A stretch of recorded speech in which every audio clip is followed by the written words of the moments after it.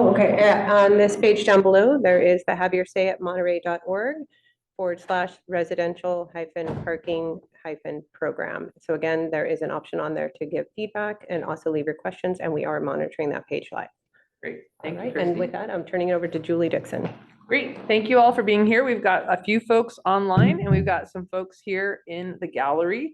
And so what I'm going to do today is go through a brief presentation, and then we'll definitely look to see any feedback online to address any questions, and also any questions for anybody in the room here today. And as Christy mentioned, we're specifically here to talk about Oak Grove and our business parking permits.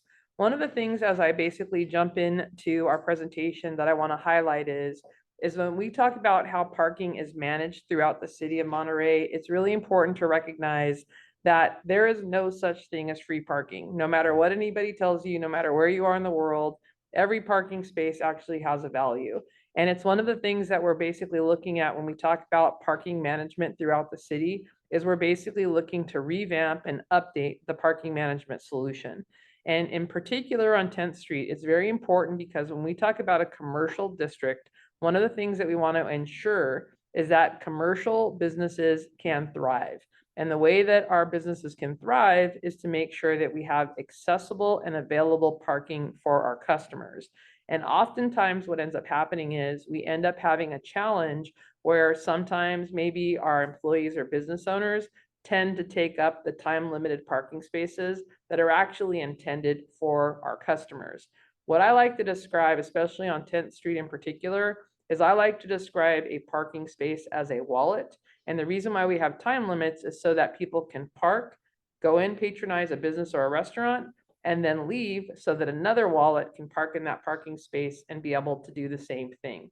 And that's the whole intention of a time-limited parking space. Now, I know many folks are probably a little bit nervous when they hear me talking about parking has a value. It's not that I'm proposing that we're putting in paid parking into 10th Street by any means. We are looking to look at how we're going to consistently manage the time limits. But what I want to highlight is what you can see here on the fourth bullet on the existing conditions is that today parking permits for both employees and nearby residents are free. And that is something that is going to be changing as we talk about revamping the program. And I'll get into the details of that as we talk about today's program presentation. I think it's important to recognize that for this location, the parking program was established with the employee parking in 1991. And we currently have 13 businesses on 10th Street currently engaged in the program. And we currently have 79 parking permits that have been issued. We also have 9 additional businesses that are not on 10th that are basically located in the Oak Grove neighborhood, and that requires an additional 58 parking permits that have been issued. As I mentioned, permits are free of charge. Currently, there's no expiration and no caps. Now, what I mentioned about the revamping of the program as I go to this next slide, the one thing that I want to highlight is we're here today talking specifically about the 10th Street business area. But I want to highlight that the city is going to be engaging every parking permit district in the city, including the residential area that is Oak Grove. We're just here talking about 10th Street first, because we know it's one of the areas that is most impacted. And so as the city is tackling this incrementally, the Oak Grove neighborhood will also be approached as we talk about how we're going to requalify their programs as well. So that's going to be important as we talk about how we incrementally address this program. So the issues that have been identified is on 10th Street, it's a very high demand area. We have some very popular businesses in those locations, and that currently 10th Street is monopolized by employee parking. Now, it's important to recognize there is a balance because we need employees for our businesses to run. It's understandable, but we also need to make sure that we have accessible and convenient parking so that our customers also have a place to park. Currently, we have overflow parking onto 9th Street, and that many of the cars that are parking on 9th Street, there's an easement area on a very narrow street where in some cases the vehicles do tend to block the travel lane. So we know that that is something that's going to have to be addressed. We also have competing uses that need both short-term and long-term. So we've got the mixture of the dry cleaners and the sandwich shops, quick pickups, but we also have the yoga studios and the auto shops where it's maybe a longer experience when you're going into one of those locations. So that's important to really right size what the time limits should be so that we can ensure customers have that ability to pull in and pull out and again, patronize the businesses and shops. And that's going to be a part of when we talk about the revamping of the program. Currently, the naval base permits are allowed to park on Sloat Street, which also limits our parking supply, which is also a bigger part of this overhaul of the parking permit program. So some of the things that we're looking to do is first and foremost is we know that we need to update the employee parking permit regulations. We want to basically apply administrative guidelines that include permits being renewed annually. We also are going to look to introduce fees to cover the administrative costs of the program. Importantly, when we also talk about those fees, it's also so that the time limits can be consistently also enforced, as well as the parking regulations, to ensure that there is parking available for those employees that have parking permits, and that we know that we want to ensure that we look at the time limit usages so that we can, again, right size fit so that we can find that balance for that short, convenient pickup needed, as well as the longer term parking so that, again, going to the yoga studio or going to purchase my insurance policy, our abilities to be able to manage that parking access is key. And we know that we need to look at 9th Street in particular from a public safety perspective. We need to be able to ensure that our fire trucks can access this location as well. So from a public safety perspective, we know that we need to assess 9th Street as well. And then overall, looking at the eligibility requirements for a parking permit, what typically happens in our other business districts that have employee parking permits, you simply have to show proof of employment in order to qualify for a parking permit. And those are one of the details that we'll basically get into as we look to introduce this program. So we've been working on this for quite some time. We've come out here today to run through several presentations, including this one for 10th Street. We are currently tabled to go to City Council on November 4th to introduce these recommendations and policies based on City Council approvals, would then dictate and determine the rollout of this program. If and when this is approved, there would be a very comprehensive engagement plan so that being able to connect with all of the businesses and the residents. And as I mentioned, there would also be a phase where we would work with the residential area in Oak Grove. Just 10th Street being one of the more impacted areas will be one of the first places that we tackled. And as Christy mentioned, if you are online, I will leave this on the screen for right now where you can see, you can go to the haveyourSayMonterey.org website, and we are monitoring that live so that if you have any comments or feedback. But in the meantime, that is our presentation for today, pretty short and sweet. But the hope is that when we really talk about being able to revamp 10th Street, is to really look at customer access and parking availability to make it easier for folks to park. And that's really at the core root of what we're trying to tackle here today. So I'll pause there. I'll look to Christy and see if I covered everything. Was there anything else you wanted to add? Thumbs up. So I'll open it up and see if there's any questions in the audience. Please. Okay, so my first question is, why are we doing this now? Is there some complaints or? So the overhaul of the parking permit Why is- program. Yeah, why is so everything getting changed? So right now, it's basically been in the works now for several years. And so it's been a project that's basically been in progress for several years at this point. And the heavy lift has been the municipal code update.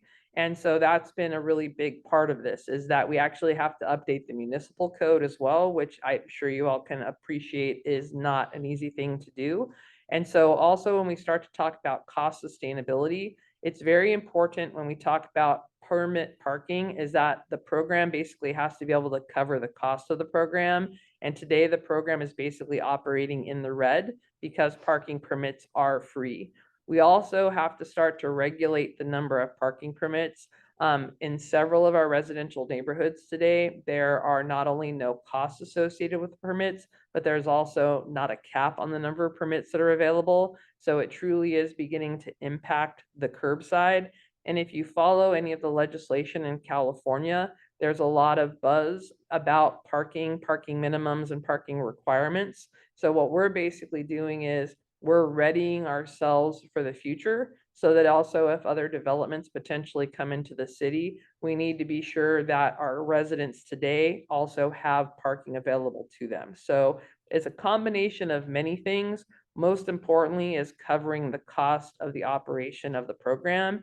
And this is not intended to be a revenue generator for the city. I want to be very clear about that. This is intended to basically just cover the administration of the program, so. Okay, so it's because of municipal regulations or laws, is that why this has started? So it I know really, it's been in the works for. it's been in the works for 20 many, years or it's been in the 10 works for years? several years because the reality of when these programs came to fruition, as I would go back in history and say that there was a lot of Band-Aids that were placed over decades of trying to fix or solve, the immediate problems. So what has happened is that's really culminated into a lot of Band-Aids that are out there. And so this is this holistic update to the program that is much needed. This is also very important because when we start to talk about municipal resources moving forward, I'm sure we can all appreciate, the belts are getting tightened and our ability to leverage technology to be more efficient in the field. You might have all noticed that we're using license plate recognition technology to be more effective in the field. It allows us to cover more ground. This is also an important way for us to also transition the program so that we can utilize plate-based systems and also so that our residents and business owners and employees can self-manage their parking permit programs too. So it's really about, I'll call it future-proofing and updating our systems so that we're ready for the future as well. Yes, sir. I just got a quick, I was on that block for 40 years, and my son-in-law's taken over since then. And it's always been an issue for parking.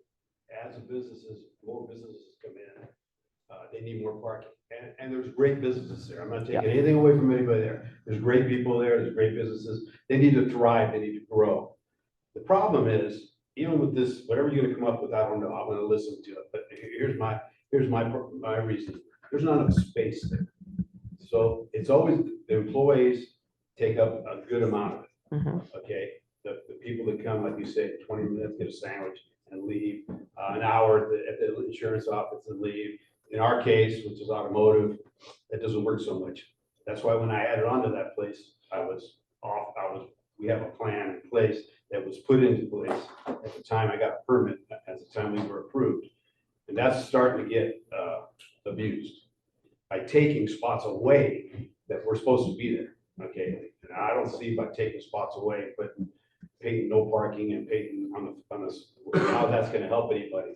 I always recommended that the area across the street where the homeless people live in Terrapin Fence, maybe get together with Caltrans, because I know it infringes in Caltrans property also. I said this for years, and I talked to your city attorney back then, that why not move that fencing back? Put vertical angle parking that would probably double the parking spaces. And do a little beautification, put up a nice wall, maybe a seating area, do something nice. And, that's the only area since I've been there that has never gotten improved. And these people work hard. And I'm gonna say that the people that have businesses there are longtime Monterey residents that have grown there, generations have been there. It's something that I was real proud of. Right. And I feel that everybody else is too. I think the businesses are there over the years, they've grown, and they do need more parking. Right. And I don't wanna say, hey, this guy came in and they took parking. No, he has the right to have a business there. He has the right to grow his business there. Another thing I have in mind too, and there again, that was on my plans when I was approved for addition on that building. Behind the businesses, okay, the problem being that the residents, and I'm gonna say nothing about residents, again, but the problem is some of these renters have 3-4 cars. Right. And behind the building, I feel from vapor cleaners down to the liquor store, Mm-hmm, there's only one residence there. right, I feel that that should be turned into employee parking only. right. On our side, be backing our building. We shouldn't have anybody. On the park- south side of the street. Correct. Yep. And that's what was told to me when I had gone, that for years, they didn't hang any signs for 2-hour parking there because I was agreed upon that I would have that parking only if I got there first. I wasn't Right. exclusive to that parking. Okay, it wasn't like it was our parking only. Sure, If somebody else parked there, that's fine, as long as they didn't leave their car there past 72 hours. Yep. If it was a storage area and a car sat there for 72 hours. Yep. Then they got ticketed or got towed. Yep. Okay, if we got there early and we parked there. It was first come, first served, sure. Fine, I mean, but at least the employees have a shot of getting in there. So I'm glad you brought up Ninth, because let me tackle a couple things that you highlighted there. And I don't mean to cut you off. I'd love to just tackle a couple of the things that you've identified. The reason why I brought up the Oak Grove neighborhood is because as a residential neighborhood, they are going to have to re-qualify with regulations and rules as well. So I say that because things have changed over the decades, and there may not be a want for those neighbors and neighborhoods to have a residential parking permit any longer. This is all subject to the neighborhood. They're going to have to go through a petitioning process and basically requalify. And just like any other residential parking permit program, they will also have a limit on the number of parking permits that each household is qualified for. So when you start to talk about the balance of the number of cars in a residential neighborhood, that also brings that factor in. Quite frankly, that residential parking permit program may not requalify. They may not want it. So that means that when we talk about moving into the neighborhoods, that profile could change. But I'd like to highlight Ninth because one of the unique factors on Ninth is on the south side of the street. It's not residential facing. So I do think we have an opportunity to assess that side of the street, because I think as you walked in, we were just having a little pre-chit chat about some of the ideas, because one of the other concepts was taking that south side of the street where you were referring to and actually trying to get the employees potentially out of that area as well, so that it was more customer parking. And we've identified locations also on Sloat that we would also be able to take advantage of. I know it's a little bit further than people probably prefer to walk, but what we're really trying to do is free up 10th so that customers can park in those locations. But I think everything that you've described is our opportunity to ensure. We all know that we have to have a place for our employees to park. That's the key. What we want to try to make sure is that we have customer parking available.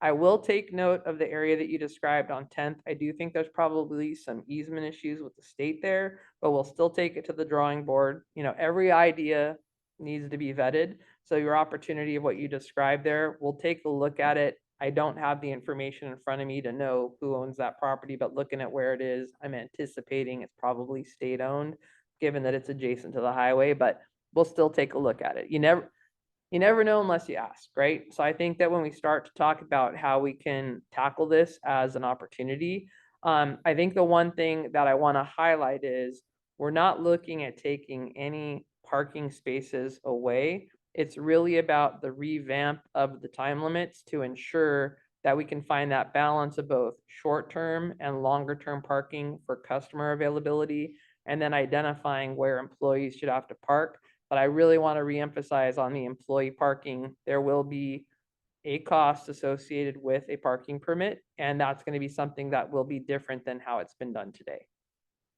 Okay, I kind of disagree with that because I don't feel that employers should have to, they're gonna have the cost for that because you can't expect the employee to pay. Well, if I work in Cannery Row or if I work other locations, I have to pay to park. So the reality of a parking permit, I hear you. The city has a lot more to gain in County Road than we do in 10th Street. 10th Street, okay, if you're gonna see that, it all falls back to the amount of parking. We're never gonna, the street's not gonna grow, Right, but the businesses wanna grow. right, They're there to grow. right. They're not there just to get by. Sure. Okay, they wanna make money, they wanna hire more employees. Yep. And other businesses, you know, I don't know how that works, but in the business I was in, it's kind of hard to be working on something that takes more than 20 minutes or 2 hours. Sure. And a customer comes in and he parks, and that car might sit there. And another thing that we're really conscious about is when I was there, and this is gone, to my son-in-law taking over, is that we try not to park any further than in front or behind our business. Right. I won't go park in front of Vapor Cleaners. Sure. And if somebody pulls up and parks in front of the vet, then we move it. Yeah. As soon as we can. Yep. Okay, so we need a little leniency as far as when the parking meter comes and we're busy and we're stressed, and they come up and they start sneaking around the corner and give us tickets. Right. But this is another issue, and I'm not gonna get into that right now. No, it's fine from a parking enforcement And, you know, officer. and I Yeah. don't want these poor meter maids to keep getting yelled at. Yeah. Because tempers, you know, get a little high. Yep. And that shouldn't happen. But on the other hand, the frustration of you having to stop. And when you're in our kind of business, it's not good to stop when you're doing something. Right. You concentrate and you don't want to stop. Sure. And go out there and have to worry about, okay, now where am I gonna move it to? Where Right. am I gonna do this? Where am I gonna do that? But yeah, yes, we do have a lot. Thank God we do have a lot. Right. But it's not big enough. Right. For what we do. And we don't, like I said, in front and behind. That's always been the deal. Right. And everybody is pretty good in the neighborhood. All the business owners are pretty good. They Yep. don't say, heck with you, we're gonna park there anyway. Yeah, no, I think good You neighbor say, policy. "Can you Yep. Park there, please? Yeah, okay, no problem. Yep. And, you know, and everybody's guilty of, you know, not abiding to that sometimes, but Yeah. we try to keep it that way. And I think it's been working fine for all these years. The only problem, you can give out, as far as I'm concerned, here's my thought on it. You can give all the permits you want, you can change it around all you want. But until we develop that area for more parking, so these businesses can grow. Yep. We're gonna continue to have the same problem. There's no other way about it. Right. I mean, you know, if the yoga studio wants to have 5 classes a day, God bless them. Yeah. I want them to have 5 classes a day. I want 50 people to come there 3 times a day. That's great. Right. But where are they gonna park? Let's see, And it that's frustrates the customers too. Yep. And that might cause them to lose people, right. and that's not right. So if we're gonna, since the businesses are in place, and everybody, I'm gonna say, it, there's no problem with anybody as far as I'm concerned. Right. You know, I haven't been there 5 years. I haven't been in business in 5 years myself. But in the past, we've all been respectful of that, and business is gonna grow. Permits, you could have anything there. I don't care how many times you do it. It just does not make sense unless we come to a plan that we give some kind of parking or extend the parking. And my thought is that starting out with the back of 10th Street, on Mhm. 9th there, give that to the property owners. It's their property, it's their curb. I put a curb and gutter and trees back there. 'Cause Right. I was guaranteed that we were not gonna put up a sign and that we could park there all day. But you can't, you can't abuse it. And if you weren't the first one there, then don't argue. Right. It's free parking for the day, for whoever parks there. Right. And I don't see any other way of doing it unless you extend that fence and put parking across the street. Right. It just doesn't make any sense. Well, I want to highlight importantly on 9th, it is a public street, so I just want to make sure nobody owns any part of the street or anything like that. So I have to say that just because I don't want anyone to walk out of here with any misconceptions.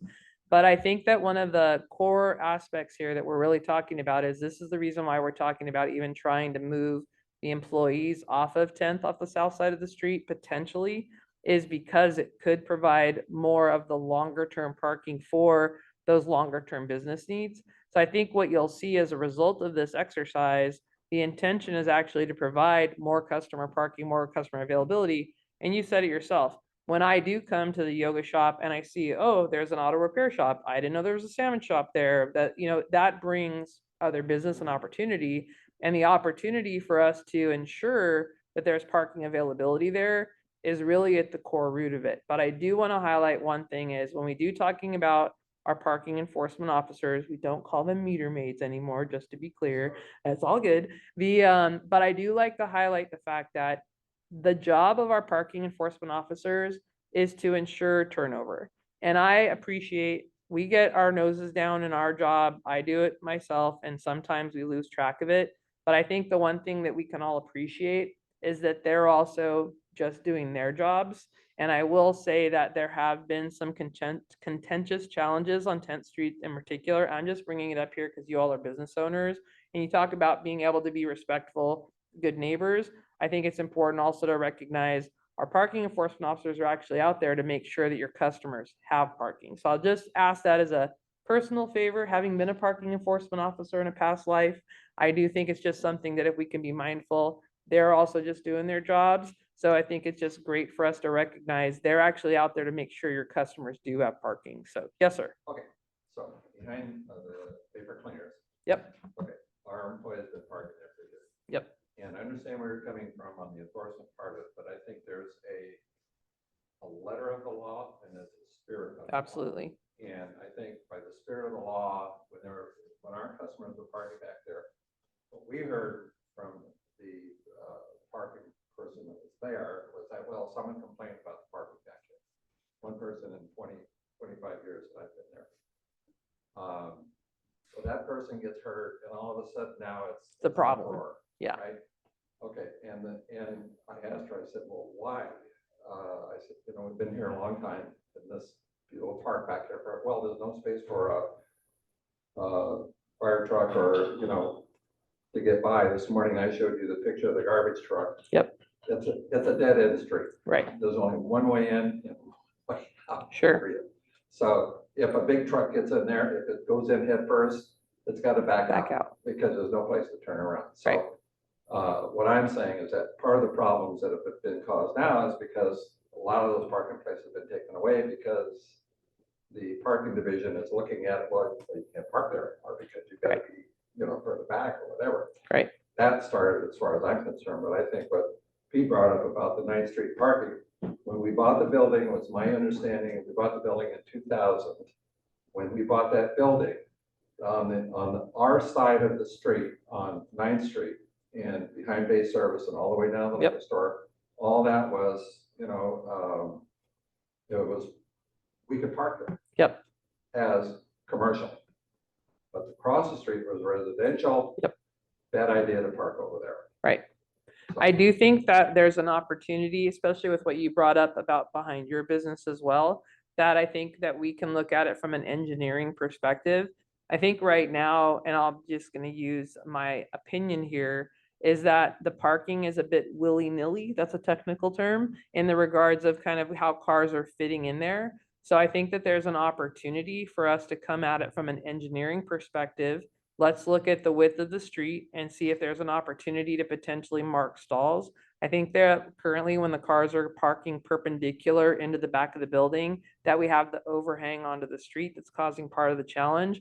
But let us take that as an action item to look at 9th Street as a whole to see how we might be able to do some markings that might provide defined parking spaces, because I think we also have some fire access issues too for some of the buildings as well as where the dumpsters are placed. So I think that there's an opportunity for us to look at formalizing the design of the 9th Street parking so that way, if we can start to put defined controls in place so that folks are parking the way that they're supposed to park, and then it doesn't create the inhibition into the roadway and also potentially impede safety vehicles. Yes, sir. So when we moved there 20 years ago, when we moved there, part of the agreement with the city was that we had to put in behind the, on 9th Street, we had to put 4 or 5 trees / counter boxes. And those are 4 or 5 parking spots Right there. Yeah. So it wasn't our idea that we were kind of hands were tied and they said, you need to put these trees in these planter boxes. If we could potentially remove those are 4 or 5 parking spots. I mean, the trees are really beautiful, but they don't really provide us much. Yep. of anything. Yeah, they wanted beautification. Sure. Kind. Intentionally. Well, Yeah. one of the trees have died Yep. and we had to put cement blocks in there. Yep. Well, so we'll take that as an action item to know that we need to go in and take a look at 9th and see what opportunities that we have to be able to leverage, especially the south side of the street in particular. But I did want to make sure that you all recognize that the neighborhood as a whole from a residential, they are also going to have to go through a requalification process as well and to determine what their future program is going to be also with fees, also with regulations on the number of permits that they qualify per household. Yes, sir. Well, also, I just want to get it, I know we had talked about it prior to the meeting, but I want to get it in the record anyway. What Pete's talking about, kind of as an add to that, is that where the parking ends now, going towards the Navy Postgraduate School, Mhm. I think the parking places, the width of the street will hold it very easy, to go all the way down to Park Street. Yep. And start parking there as well. And that was the And that would request. add another. Yep. Maybe 10, I don't know, I'm just guessing. Just so we have it for the notes, was that we wanted to look at extending the on-street parking on 10th to basically extend it really kind of end to end where it is. And I was commenting just the fact that I think from an engineering perspective, it might not be feasible, but we'll add that to the assessment to see if there's potential. I know some folks also asked about the ability to add either perpendicular or angle parking on the south side of 10th as well. So this is something that we'll just, when we talk about going out and doing the assessment of what is feasible, we'll definitely look at those opportunities and for what's been considered in the past. But the opportunity for us to look at leveraging, it really is about customer available parking so that the businesses can thrive, can grow, can expand. And that's really at the core root of this particular program. So I'm gonna look just really quick to Lee. Is there anything that's come up online, Lee, that should be addressed? Chris, I want to take one moment to see, but anyone else, any other thoughts or feedback? Yes, sir. Oh, go ahead. You were talking about that you don't want to take parking away, but at my business alone, we've taken away 4 spots. Yep. Yeah. Okay, so we're trying to get more parking, but you're taking away parking, so you're kind of talking both ways here. The, So what's, what, Sure. why was the parking taken away from us with no vote or explanation or anything like that, but now you're saying we want more parking? Right. What's going on? Chrissy, do you want to speak to the spaces that, We identified which 4 spaces were removed. The 4 spaces where our loading zone is, because back when Pete bought the shop, we had a loading zone in the back. But the agreement with the city was, we get rid of the loading zone, right? We close it off, put sidewalks back there, but we had our driveway, which is, if you look at the approach, where there was 4 more spots. Now you guys put a no parking sign there in my driveway. where, because it was the parking across the driveway portion of it, right? Yeah. Pedestrian path of travel and the width of the driveway. Right. Well, you could still have a pathway there and still have the parking spots there. And then you took one on, there was one on the end spot, which wasn't really, it wasn't a no parking, but it was a spot. Where the hash marks are now, like where the cross hatches are. So from now, there's a couple things I want to add because the intention is not to eliminate any additional parking, but I do want to add one commentary because I want to make sure that we're fully transparent about this. Many of you have probably seen the headlines about daylighting. And daylighting basically is you can't park within 20 feet of the approach of an intersection. So where you actually see those hash marks on the corner of Ocean and 10th, that's actually almost preemptive to the daylighting. And I would almost argue that, I'm not suggesting this, there may actually be an additional space that may not meet the state requirements. And on Ocean at 9th, the potential of that parking space that's really adjacent to that corner, that would likely be another space that by state regulation could potentially go away. I'm not suggesting that that's the objective of this particular project, but that is a state mandated program. And you've probably seen in the headlines that a lot of cities are going out and actually putting in red curbs. But what I'm going to suggest is that if we can go back and do a bit more of our engineering assessment and let's look at the technical opportunities. My suggestion is that we would be able to also present to the businesses the proposed layout and design that would be tied into this particular update. There won't be any surprises. It's not going to be tomorrow, ta-da, we're here. But I think the opportunity to actually design out what the spaces could look like in terms of the time limits, so that way you can get a better feel and a better vibe for the potential. And I think if we tie that in with what 9th Street could look like, I think is an opportunity to also have you feel more comfortable with the approach that we're talking about here today. But I think that the one big qualifier as we leave here today to know is we are going to need to manage employee parking differently. And I think if there's one takeaway from today's conversation, that's probably going to be the biggest game changer. We are trying to talk about how to make sure that there's more available customer parking. And we are talking about time limited parking, both short term and longer term. But the reality is we know that we're going to have to do something different with employee parking. And I do think that you've all introduced 9th Street as an opportunity for something that we can definitely tackle more proactively and see how we can bring that to the table more proactively. Yes, sir. I also just want to make sure that you guys understand that each business has a different need. Yep. So by doing something over here, Yep. doesn't mean it's gonna work over here. Agreed. And that's, So I just want to make that clear that you have to take consideration the people that are working there and the people that have business there and what their needs are gonna be, not just the block. no, agreed. And I also have to be prepared for another business could come in or like you could sell and whatever goes there. We have to be readied for the future. And so that's actually where finding that balance is really key. And that's why we know it's a mixture of both short and longer term parking and being able to balance that. I mean, and let's be straight about this. This is nuance to any business district. It's really about right sizing the parking for this particular need. You all just are niche in the respect of the size. You know, oftentimes in business districts, you have multi-blocks and, you know, your ability to leverage, you know, that multi-block area. You being that longer, narrower stretch. The one advantage that we do have though is the south side of the street. Let's be honest, because the reality is I don't have commercial on that side. So that's an opportunity when we talk about how we can manage parking differently in that particular area. Now, I do want to caveat one thing because I like to be fully, I always say there's no secrets in parking. You heard me say that we are talking about time limits, not paid parking. That's an important factor. But one of the things that I do want to highlight is that in the future, if someone comes to you and says, we're talking about paid parking now, that could happen. I don't want to take that off the table completely, but I'm saying that because when you talk about a popular business district, as popularity grows, as occupancy remains current, that is potentially a future challenge. I'm not saying anywhere in the near future, but that is something that when we start to talk about how parking is managed, you do things incrementally. The first place is balance employee parking permits, balance the time limits, stop, measure, assess, look at the data, determine what those next steps are.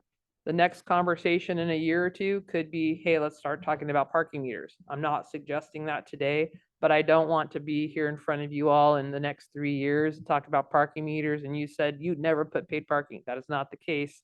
I just want everybody to understand the roadmap, that it could happen in the future. Yes, sir. I never want to tell anybody, I mean, you're a professional in what you do and I respect that, but honestly, I'm going back to the same old thing. Yep. You know, if it's 10 feet long. Yep. It isn't gonna grow. Okay, so if you're really concerned about these businesses growing. Right. You really ought to stop thinking about the short term and start thinking about getting together with Caltrans and making more Yep. spots across the street. I hear you on that, and that will definitely be And one other something. thing, in your plan, if you don't have it, I suggest that from the parking spots across the street to get to the corner of Duke's building, we need a crosswalk. Yep.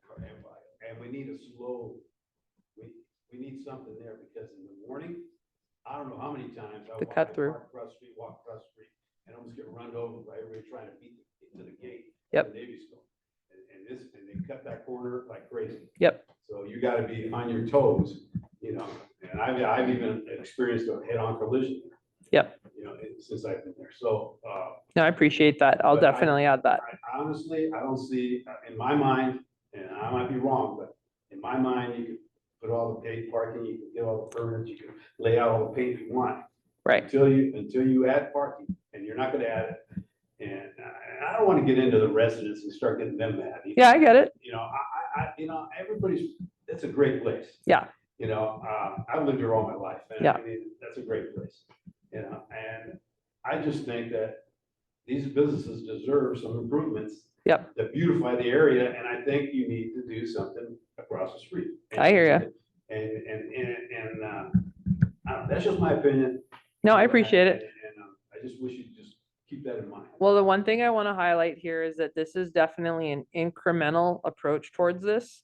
And the one thing that I can say to you is that the steps that we're taking, while they seem very drastic, they're actually very gradual steps that I will tell you, having been doing this for a really long time, I feel very confident that a year from now, I will be able to come into your shop and you'll tell me that you actually have more parking for your customers than you've ever had before, and you're actually getting new customers in as a result. If we start to take some of the steps that we're talking about here, and again, simple, gradual changes actually will provide more access that maybe people are avoiding that area today because there's no parking available. So that's something that I don't often get to come out here and shake somebody's hand and say, like, I'll come back and talk to you in a year and see how it goes. I'd be willing to tell you that these types of changes that we're talking about here can have that kind of an impact, but I want to highlight, it doesn't mean that we're going to write ticket after ticket, but it does mean that we'll have high profile presence in that area to make sure that people are abiding by the rules so that I can come to you and say, see all those customers?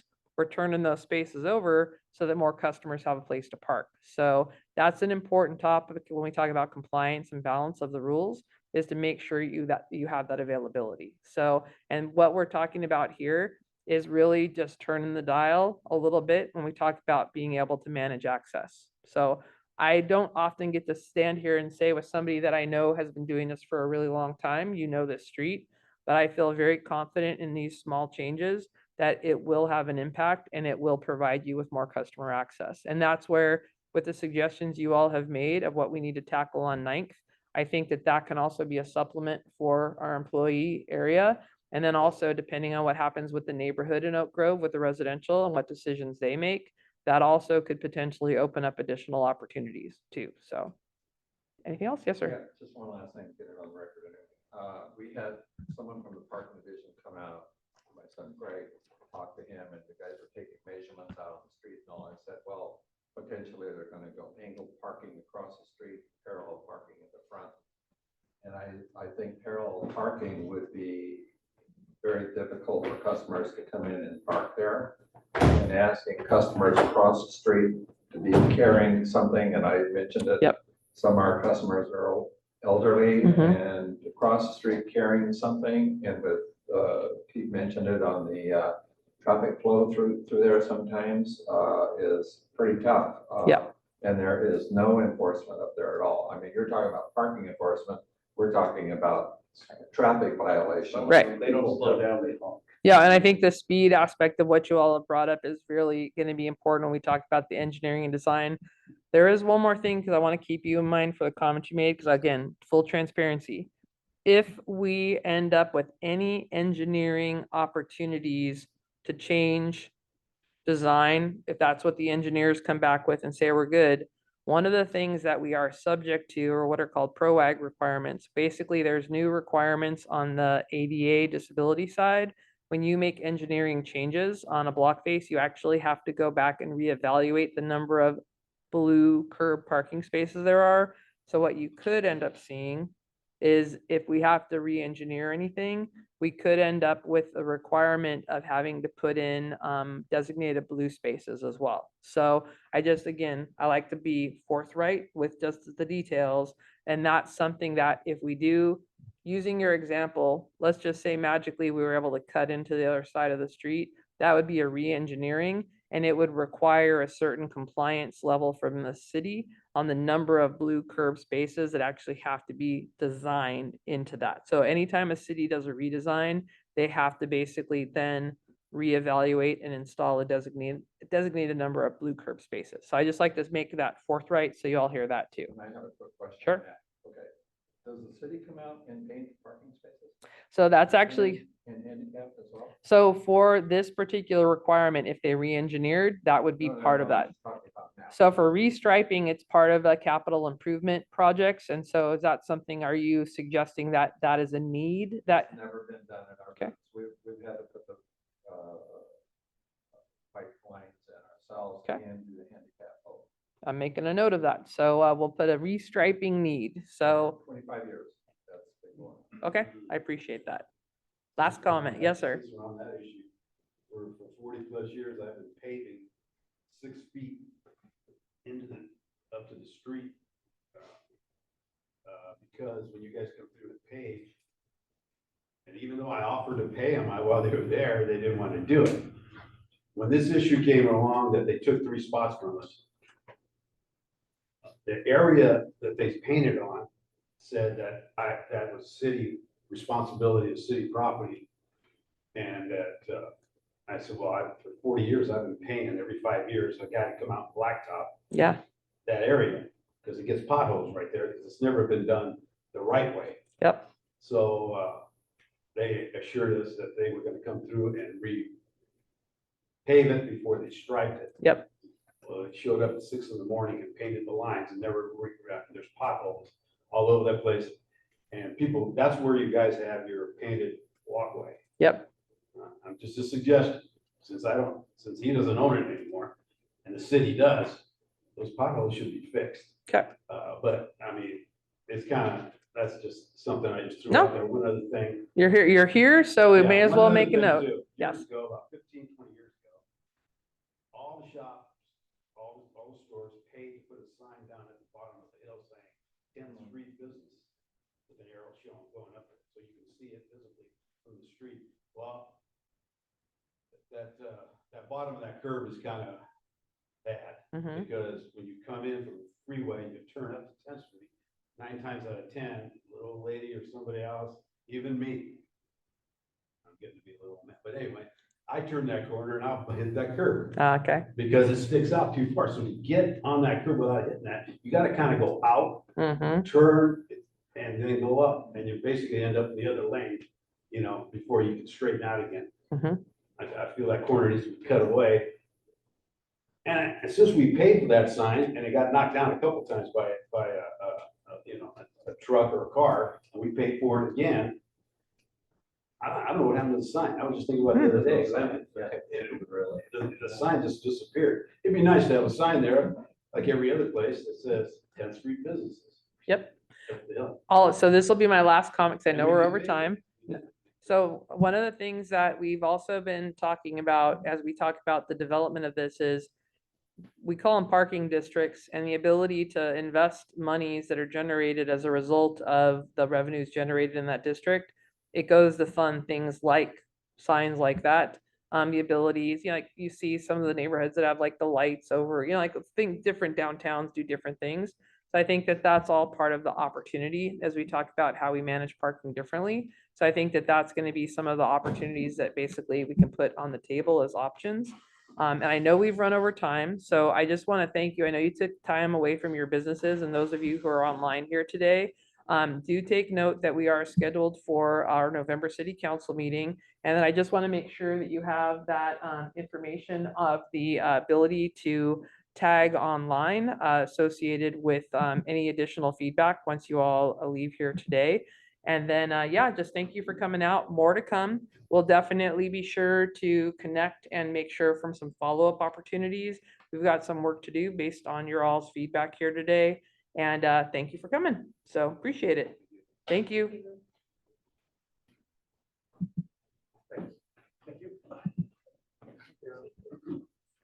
Thank you guys very much. Appreciate it.